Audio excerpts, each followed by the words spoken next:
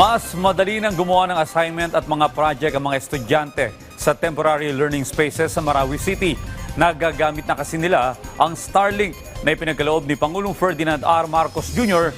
Makaraang bumisita siya sa Marawi nitong Lunes. Hindi lang yan, malaking tulong din sa pagtuturo ng mga guro ang malakas na internet at tiyakin ang dekalidad na edukasyon para sa mga kabataan. Si Janessa Felix sa detalye. Nawasak ang bahay ng magkapatid na Aslaini at Asmar sa nangyaring gyera sa Marawi City noong 2017. Napilitang lumikas ang kanilang pamilya at pansamantalang nanirahan sa barangay Sagunsongan, Marawi City. Damay rin sa nasira ang kanilang paaralan na nasa ground zero.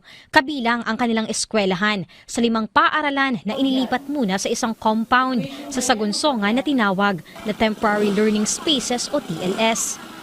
Mahigit 7 taon na silang naninirahan at nag-aaral sa lugar. Pero pahirapan pa rin ang internet connection kahit simpleng signal ng cellphone.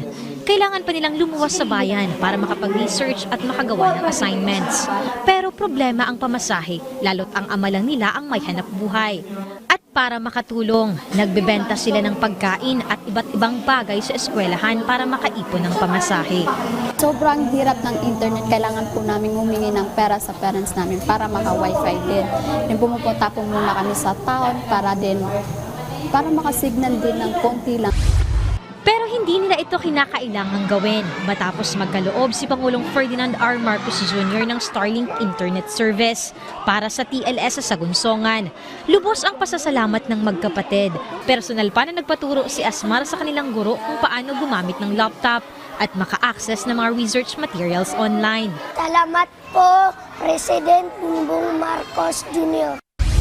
Masaya naman ang senior high school student na si Aslaini, lalo't matagal na niyang pinangarap magka-internet sa kanilang eskwelahan. Malaki pong nakakatulong sa amin po yun, sa amin mag-aaral dito. Kasi kahit papaano, naalis na po yung pagkaano namin ng mga wifi, yung mga internet po. Bukod sa mga estudyante, malaking pakinabang rin ito sa mga guro.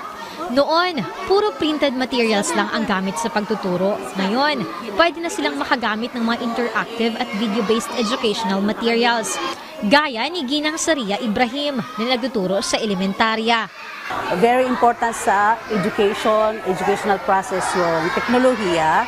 So napakalaking bagay po na nabigyan po kami dito, especially dito sa Sagunsongan TLS, ng ganitong gadget, laptop at saka yung internet.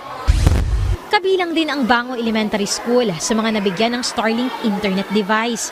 Kwento ni Teacher Faraida, dahil nasa liblib na bahagi ito ng Marawi City, hindi sanay ang mga bata sa internet. Traditional din ang sistema ng kanilang pagtuturo, lalo't dagdag gasto sa estudyante ang paggamit ng internet. Very different po, especially ngayon is malakas talaga yung connection. So mapapadali yung trabaho namin. Excited naman si Raisa Manso para sa kanyang anak. Mas ganado na kasi itong mag-aral dahil sa mga interactive materials na gamit ng kanyang guro. Ito ang kauna-unahang pagkakaroon ng internet connection sa paaralan.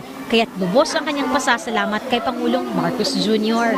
Malaking tulong sa kanila kasi especially sa mga bata na mag-research sila, grabe yung malakas yung internet. Dati isa sa mga hamon ng mga taga-Marawi ang mabagal na internet connection.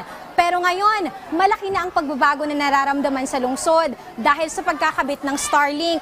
Mas mabilis na ang connection ng internet, mas malawak ang coverage, at mas magiging konektado na ang mga residente mula sa iba't ibang bahagi ng bansa at ng mundo. Ayon nga sa ilang mga estudyante at mga negosyante, malaking tulong ito sa kanilang pag-aaral at sa kanilang negosyo. Ito nga ay isang hakbang patungo sa mas progresibong Marawi. Kabilang din ang Bacarat National High School, ang Goyaw National High School at Kabasaran Primary School sa mga liblib na lugar na nabigyan ng Starlink internet device. Layunin ng proyektong ito na tulungan ng mga estudyante at guro na magkaroon ng mas maayos na access sa internet para sa edukasyon. Papasalamat po kasi kami kay President Bongbong Marcos sa binigay niya po sa amin. To our President Ferdinand Bongbong Marcos, we are forever grateful for this Starlink. Salamat po, President!